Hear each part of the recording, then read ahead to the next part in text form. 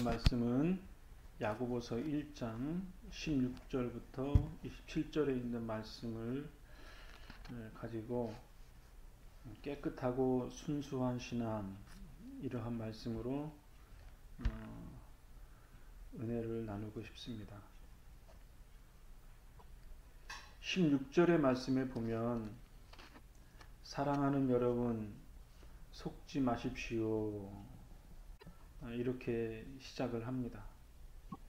이 세상의 사람들은 각자 자기 자신의 이익을 추구하면서 살기 때문에 때로는 자이든 타이든 자기 자신을 속이기도 하고 또는 남을 속이기도 합니다. 그런 사람들이 많아지면 많아질수록 우리의 마음은 더 강팍해진다고 할 수 있을 겁니다.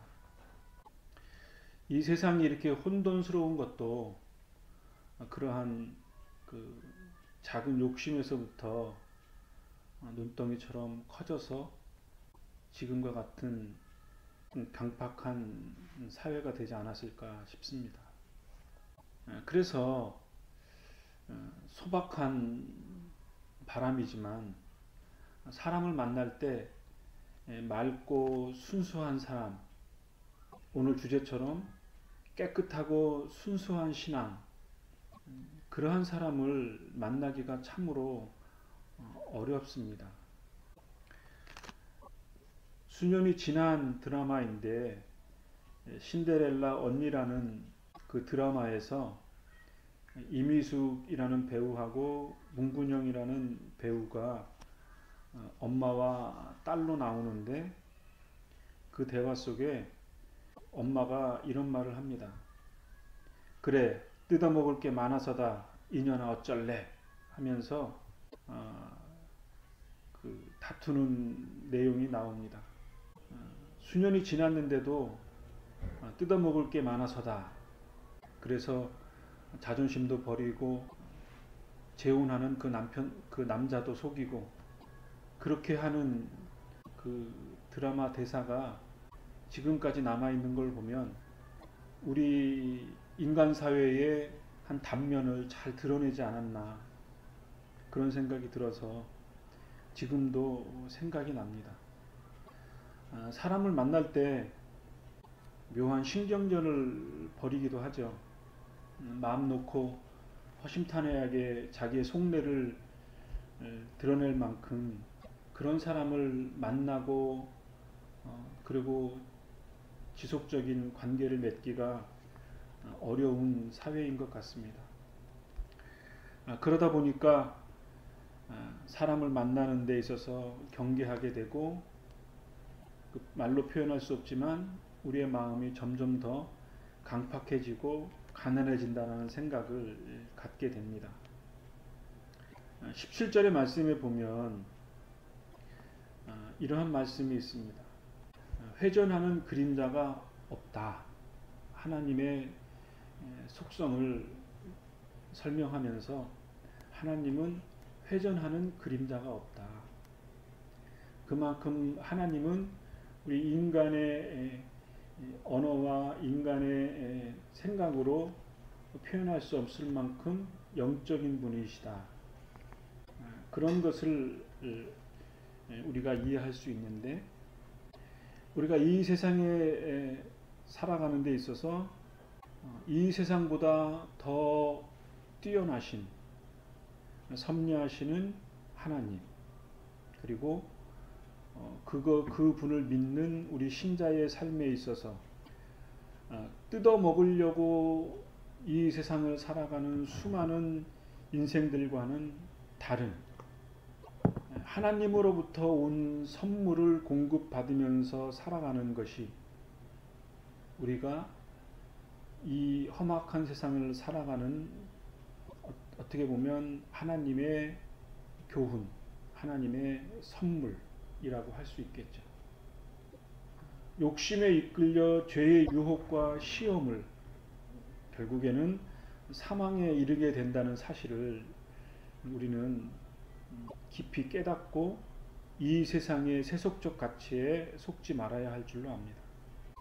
반면에 하나님의 완전한 선하심과 하나님의 선물들, 그 완전한 하나님으로부터 온 것에 대해서 우리는 믿음으로 받고, 이러한 완전함을 통해서 우리가 발견할 수 있는 것, 하나님의 신구약의 언약의 말씀과 그리고 그리스도께서 단번에 속죄하신 구속의 사건, 그리고 성령님의 은혜로 그 언약과 그리스도의 속죄의 사건이 믿어질 때 우리에게 성삼위 하나님의 생명이 우리의 삶 속에 싹트게 되는 거죠. 이러한 완전한 선물들이 하나님의 빛을 드러내고, 그리고 그것에 따라서 순종하면서 살아가는 것이 우리의 신자의 삶일 줄 압니다. 이렇게 하나님으로부터 온 선물로, 그리고 하나님으로부터 공급되어진 것들로 살아갈 때 우리가 이 세상에서 깨끗하고 순수한 신앙을 지킬 뿐만 아니라 이 세상의 세속 가치에 속지 않는 그러한 삶의 자세를 우리가 깨달을 수 있을 줄 압니다. 두 번째로 살펴볼 것은, 깨끗한 순수한 신앙을 지키기 위해서는 세상에 속지 않는 것도 중요하지만, 오늘 말씀에 보면 화를 내지 말라. 화를 내는 것은 하나님의 의를 이루지 못한다 라고 우리에게 교훈하고 있습니다. 사람은 자기가 경험한 것에 반응을 합니다. 마태복음 12장의 말씀에도 보면 쌓은 선과 쌓은 악을 자기의 입술과 행동을 통해서 드러나게 된다고 합니다. 뿐만 아니라 마태복음 15장 18절에서 20절의 말씀에도 보면 입에서 나오는 것은 마음에서 나온다고 했어요. 그리고 이 마음에서 나와서 입으로 토설된 것이 사람을 더럽게 한다고 했습니다. 그러니까 우리의 마음에 깨끗한 마음과 선한 마음을 가지고 있으면 그것이 우리의 입술과 우리의 삶을 통해서 선한 것으로 드러나겠죠. 그런데 우리에게 더럽고 악하고 사나운 것들이 쌓이면 자연스럽게 우리의 마음속에 쌓인 것이 표출되겠죠. 더군다나 그것이 분냄, 성냄, 화냄이라면 대단히 파괴적인 그러한 결과를 낳을 수 있겠죠. 세상살이도 이렇듯이 하나님을 경험한 만큼 우리가 하나님의 선하심과 하나님의 은혜를 우리의 삶 속에서 반영된다고 할 수 있습니다. 분내고 화내는 것은 우리의 혈과 말을 통해서 나옵니다. 혀와 말은 지옥불이 될 수 있는 것입니다. 이를 제어하는 것도 쉽지 않고, 또 참고 참아도 한순간에 그 화가 폭발하면 모든 것을 잃게 될 수도 있죠. 때로는 취중에 무의식적으로 나온 말일지라도 그러한 것들이 인생살이에 있어서 큰 마이너스가 될 수 있습니다. 얼마 전에 화제가 되었던 민중은 개돼지다 라는 말 한마디를 해서 고위공직자가 그 모든 것을 잃게 되는 것을 우리는 경험하고 있습니다. 따라서 신자는 진리와 생명의 말씀을 마음에 담아서 되새김질하고 내 영혼의 영양분으로 삼아서 그분의 형상과 삶의 열매를 맺어야 할 줄로 압니다. 혀는 불이다 라고 했습니다. 혀는 우리 몸 가운데 악의 세계라. 몸을 더럽히고 생명까지 위협하는 불씨가 된다. 이 불씨는 지옥에서 나온 것이다 라고 성경은 말씀하고 있습니다. 그래서 전도서 5장에 보면 하나님 앞에서 함부로 입을 놀리지 말라고 했고 조급한 생각으로 말하지 말라고 합니다. 하나님은 하늘에 계시고 우리들은 땅에 있기 때문에 말을 적다고도 했고요. 전도서 7장 9절에는 급한 마음으로 화내지 말라. 왜냐하면 화는 어리석은 자의 품속에 머물기 때문이라고 우리에게 말씀하고 있습니다. 이처럼 우리의 마음속에 쌓여진 화와 분, 그러한 것들이 폭발해서 우리의 입을 통해서 다른 사람들에게 불이 될 수도 있고 다른 사람들을 작게는 상처를 받게 하기도 하고 때로는 그 사람을 멸망에 빠뜨리기도 할 수 있는 것, 이것이 화이고 입술이고 우리의 마음에 바친 것입니다. 그렇기 때문에 우리의 마음과 우리의 입술, 우리의 화를 잘 다스려야 할 줄로 압니다. 이러한 잘못된 것들은 버려야 하는 거죠. 앞에서 말씀드린 것처럼 시험에 들지 않는 것이 대단히 중요한 것이라고 할 수 있습니다. 그런데 우리가 경험한 것을 뛰어넘을 수 없기 때문에 나의 악습을 모두 제거하는 것은 대단히 어려운 일입니다. 모든 종교에는 기본적으로 자기 자신을 다스리고 자기 자신을 비우는 그러한 경건의 행위 또는 수행을 하지요. 수행 종교를 추구하는 그러한 사람들도 자기 자신을 비우기 위해서 끊임없이 노력을 합니다. 그래서 한 곳에 머물면 집착하기 때문에 그것을 버리기 위해서 끊임없이 일평생 동안 순례를 하고 여행을 하면서 자기의 마음을 닦는 종교도 있습니다. 먹는 것에 집착할까봐 자기가 스스로 먹지 않고 남이 주는 것을 먹으면서 수행을 하고 자기의 생애를 살아갑니다.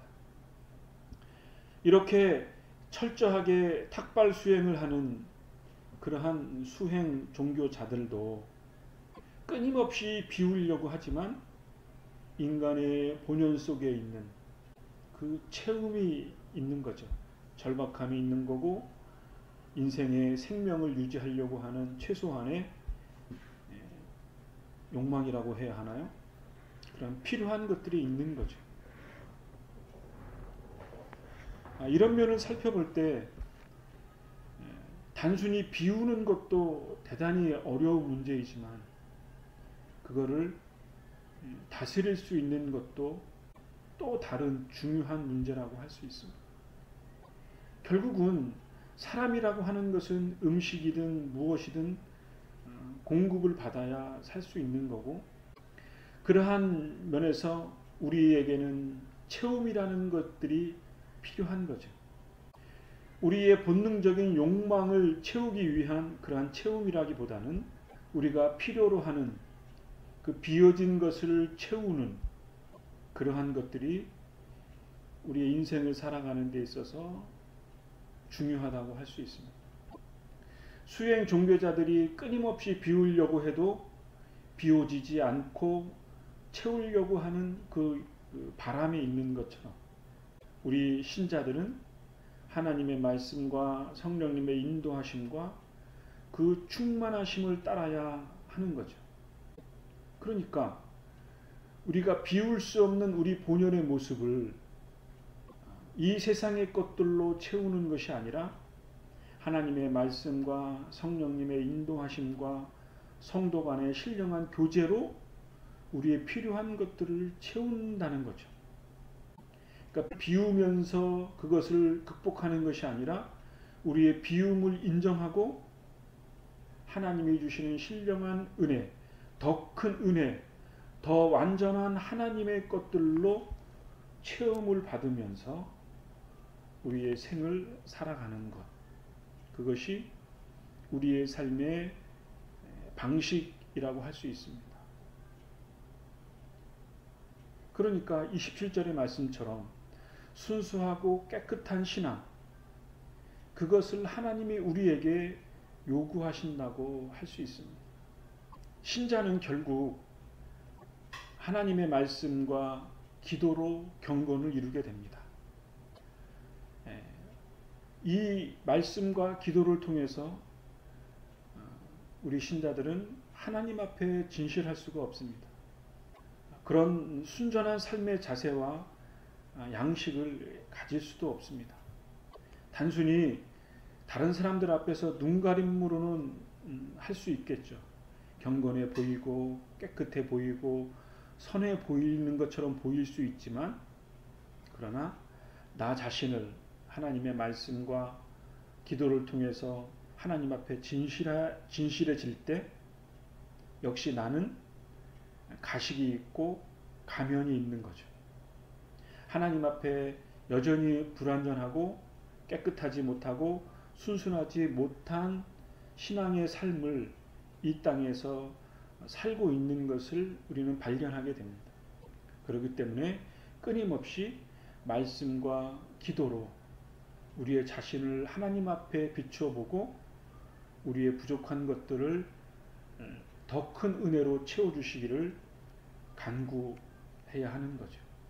물론 때로는 이 세상의 악한 것들에 대해서, 불의한 것들에 대해서 물들지 않고 대적해야 할 필요도 있음을 우리는 인지할 수 있습니다. 고린도전서 13장 1절의 말씀에 보면 사람의 방언과 천사의 말과 예언으로 모든 비밀을, 그리고 믿음이 있을지라도 사랑이 없으면 울리는 꽹과리가 된다고 했습니다. 방언과 예언과 믿음의 행위, 그러한 신앙적인 행위일지라도 모든 것이 선과 덕이 되지 않을 수도 있는 거죠.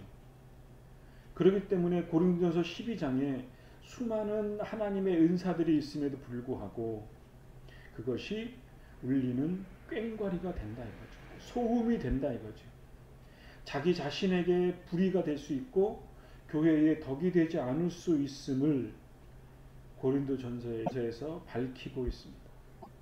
그러니까 신앙의 행위만으로 내가 완전해질 수 없고 교회가 온전해질 수 없는 거죠.